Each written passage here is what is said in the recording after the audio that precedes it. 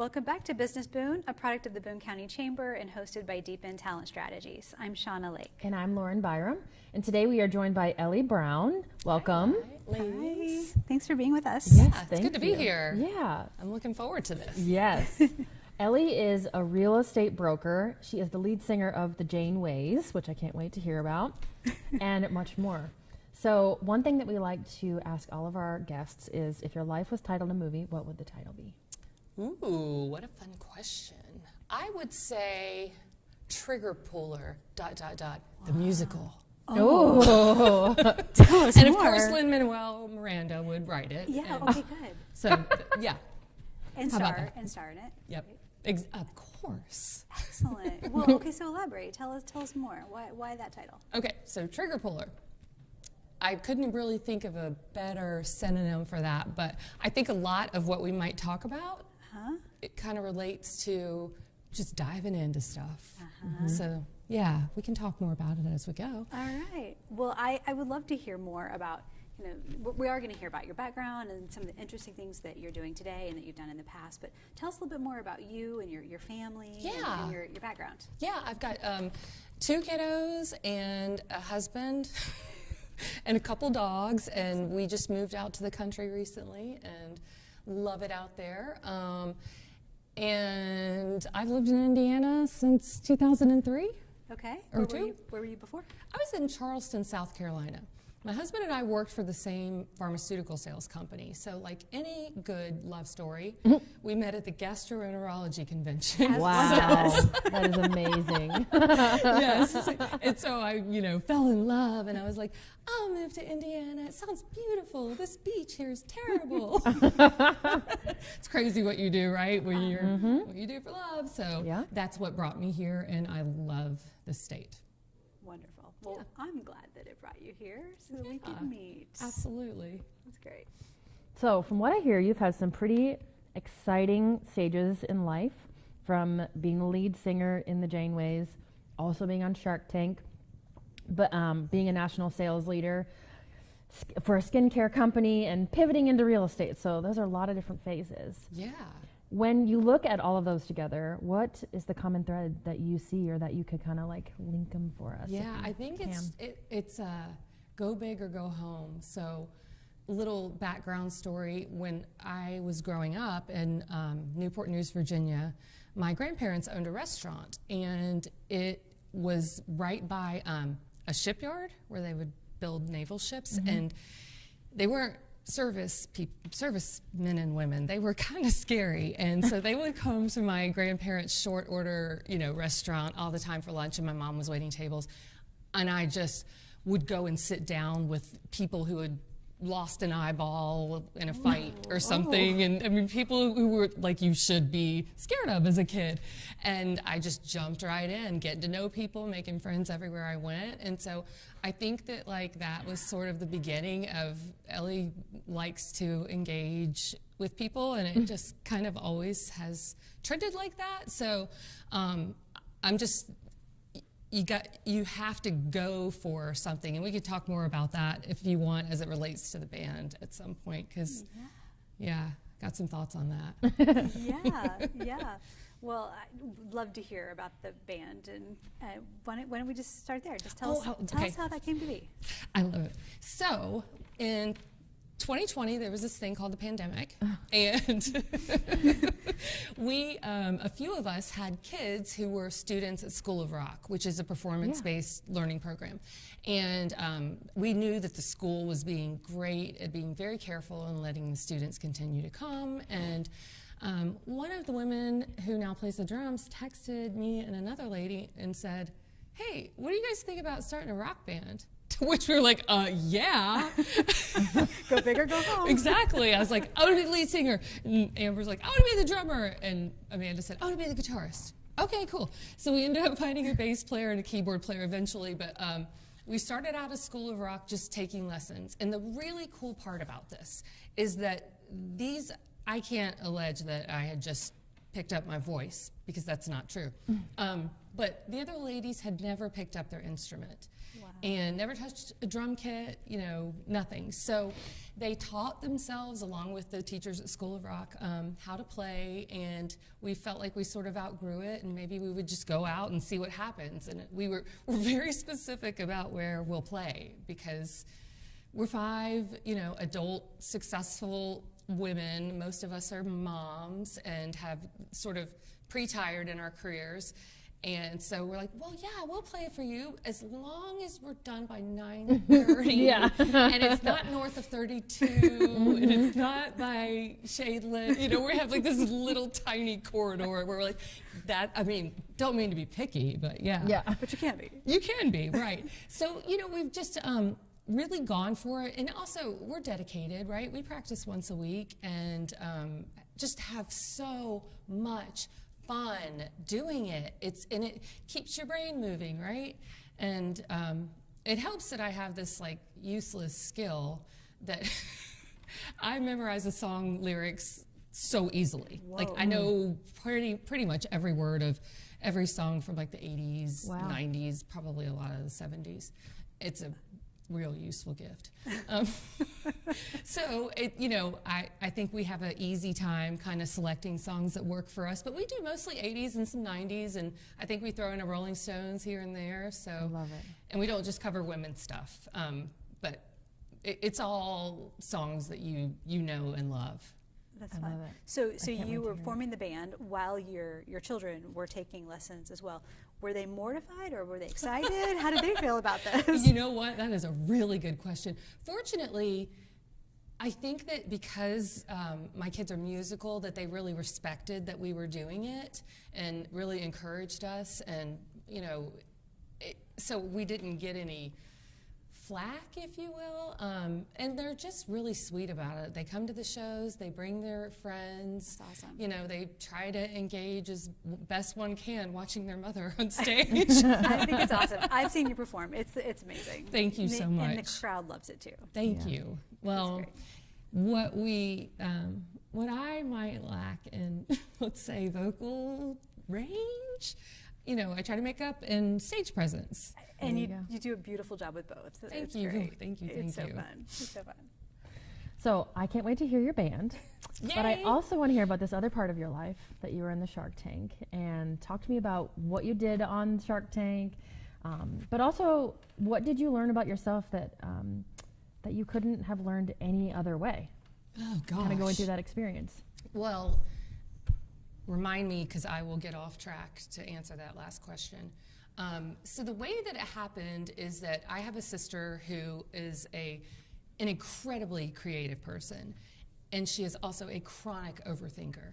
And so the combination of us together is, you know, I'm like, Becca, you have a good idea, just go do it. Like, so she told me about this idea for these novelty stickers, peel and stick ties, right? So imagine going to a barbecue and you bring a little sticky tie and it's got like a grill, graphics of like hot coals on a grill, and you know, you can do the little to Joe from Sue, and then they're like, oh, this is so funny, so they put it on and wear the ties around. Some people took their sticky ties very seriously. Some people use them as like quick little gifts. But you know, we had a lot of traction. We were in all Party City stores, like Dave & Buster's, you know, when you go to take in your coupons. I think we had sales in brick and mortar stores on like 6 continents. We were in the United Arab Emirates in all the Virgin megastores. So anyway, I don't know why, but it's hard for me to explain what we did, but it was super cute little peel and stick bow ties for kids, for adults, for babies, and just a great little like novelty gift. So I'm like, Becca, this is a great idea. We need to take it to a trade show. But I'm scared. What if let's not? And I'm like, no, let's go. You know, so of course I go and pay for a booth, and that's how it kind of all got started, because all the buyers come and walk the shows to look for like, what's the newest thing? And Becca and I just ham and egg it. And it grew, and I think a part of that was us and our dynamic, because they had so much fun with us that they thought this is going to be the most fun product, you know, not ever, but you know, it was going to be a fun add-on. And unfortunately, it doesn't always translate at the point of sale.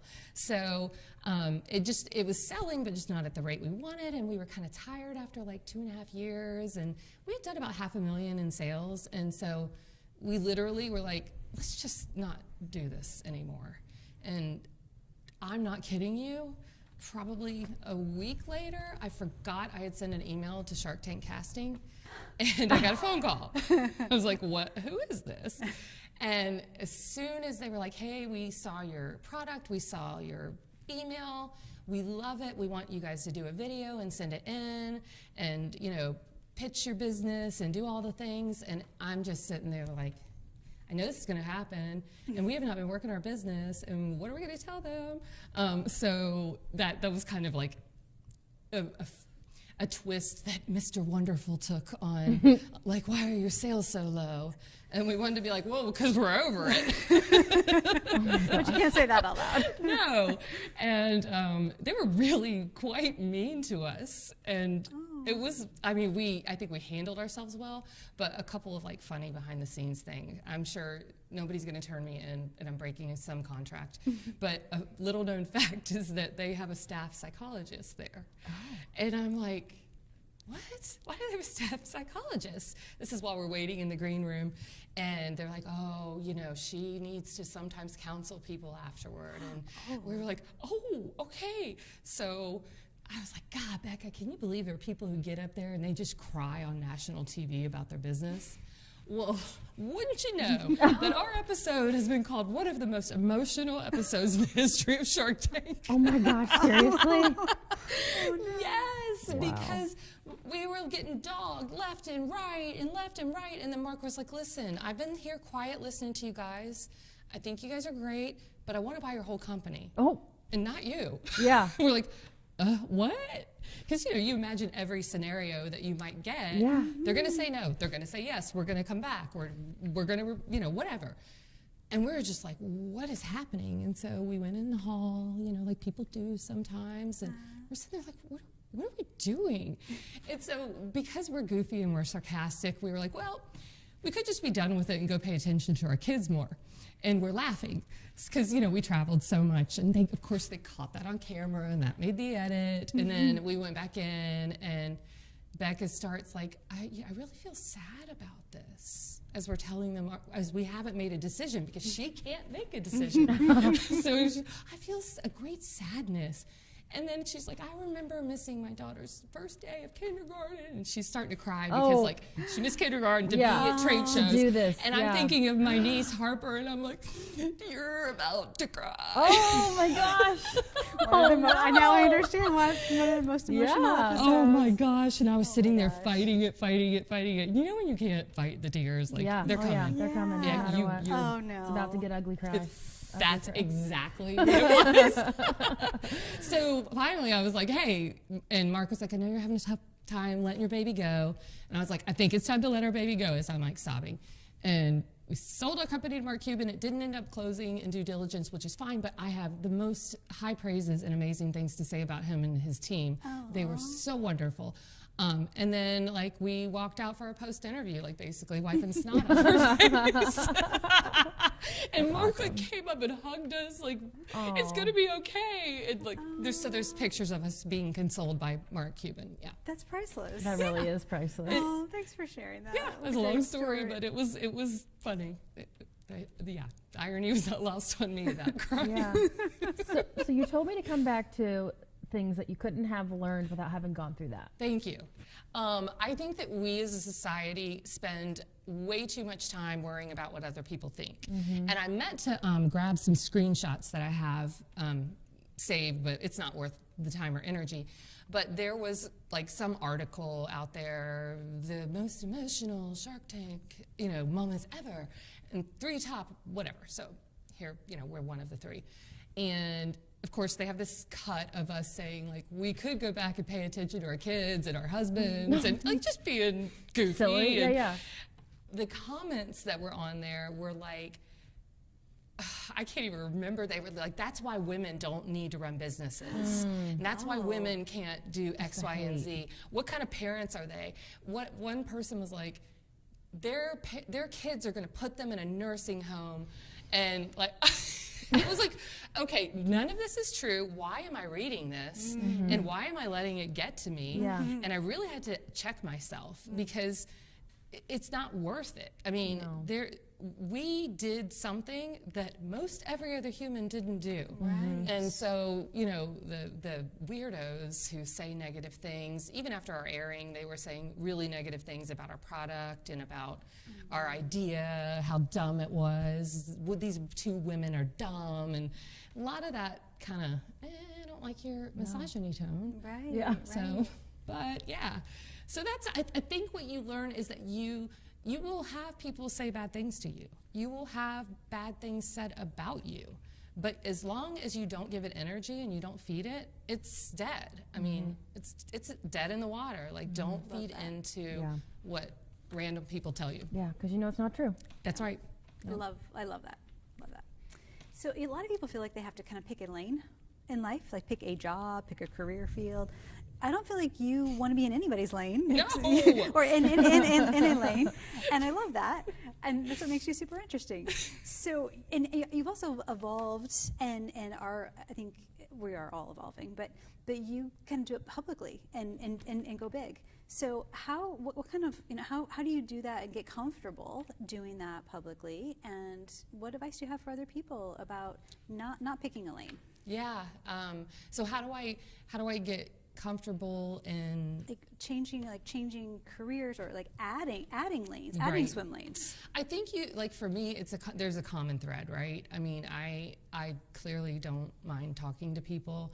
I am a connector of people, and so all of these businesses sort of made sense, whether it was my first career in pharmaceutical sales, or, you know, being a real estate agent, or connecting with our buyers with the sticky ties, or, you know, connecting with clients and consultants who I worked with in the skincare company.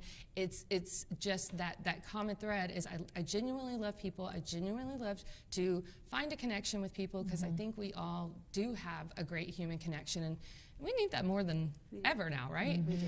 So I think that probably is the common thread, and it lets me go in different lanes, and I never know what the next lane is going to be. And same with the band, same thing. Like you're connecting with your audience, right? Yeah, for sure. You know, how fun would it be to go watch a band that was really good if they're just like sitting there like that? I mean, no. So I really get out of my comfort zone when I am on stage. That I will say was very hard. Do you have like a stage name, like persona? No. No? Like Beyonce has like Sasha Fierce or whatever. Something like that. We should come up with one. You guys think of anything, That just would be tell me. awesome. We should have a contest. Family contest to That come would up with be your cool. names. Write in, and we will give you sticky ties. Do you still have a garage full of them? My sister does. I'm like, girl, you need to burn that down. I think Kevin told us that. Take it to the barn and burn it. Oh, Should have to barkeep it. Right? Yeah. He's a fan. Yeah. Too So funny. what skills from entrepreneurship and performance have unexpectedly helped you in like your real estate career now that like that's the lane that you're in now? Or one of them. Or one of them, Well, yeah. yeah.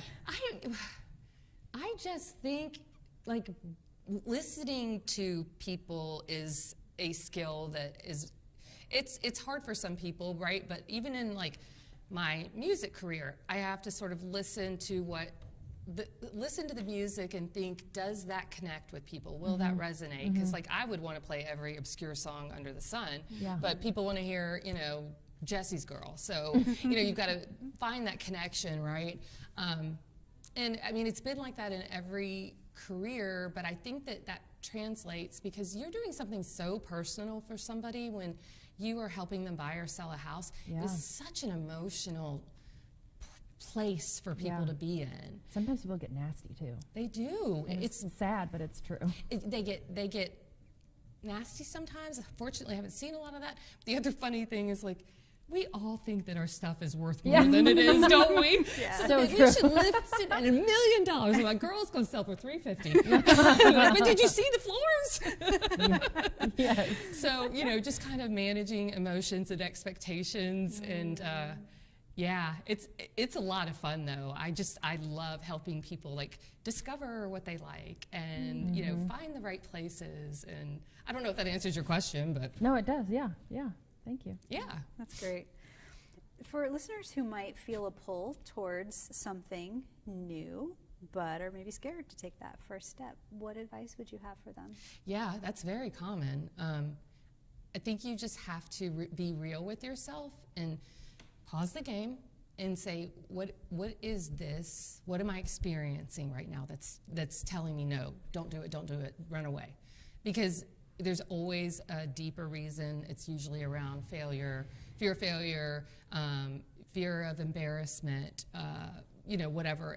And it just feels like people will say, I'm not going to do it, and they walk away, right? You just have to step back and notice what it is that is allowing you to feel that particular feeling, because your feelings are just that. They're not facts, right? So you have to really, like, check the facts. I know that sounds kind of esoteric, but you just really have to ask yourself, why am I feeling so nervous, scared, hesitant? And then once you uncover it, it no longer owns you, and then you can make more informed decisions, I think, if that makes sense. That's really interesting, to not let it own you. Yeah. Yep. To pull it apart. Yep. Yeah.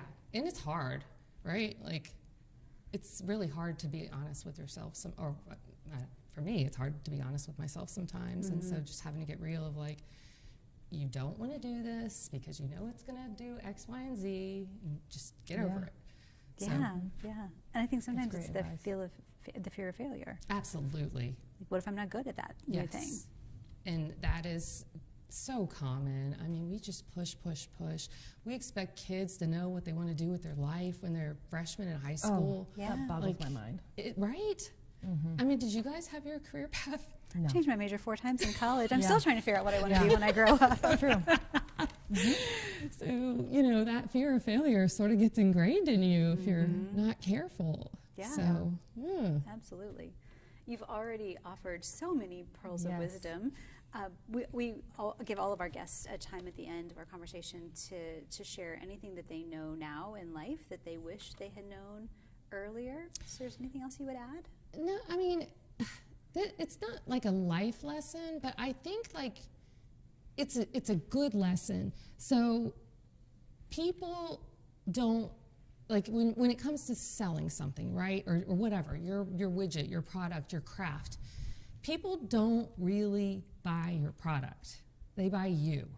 And so if you are not offering them that human connection, it's not really of course you have to have a product that doesn't stink, right? But, like, but I mean, they ultimately are buying you. And so I think that, you know, some people are so scared to, you know, go to that next career. What if it involves something like sales, and say, like, well, I don't know, the product's good enough. I mean, obviously that matters. I'm not saying it doesn't matter, but I think Shark Tank was such a good example of realizing the buyers were buying us and not our products. Yeah. So just remember that as you go out in the world, is that you have a lot to offer, and you can do it. Yeah. That's great advice. That's fantastic. Thank you. you.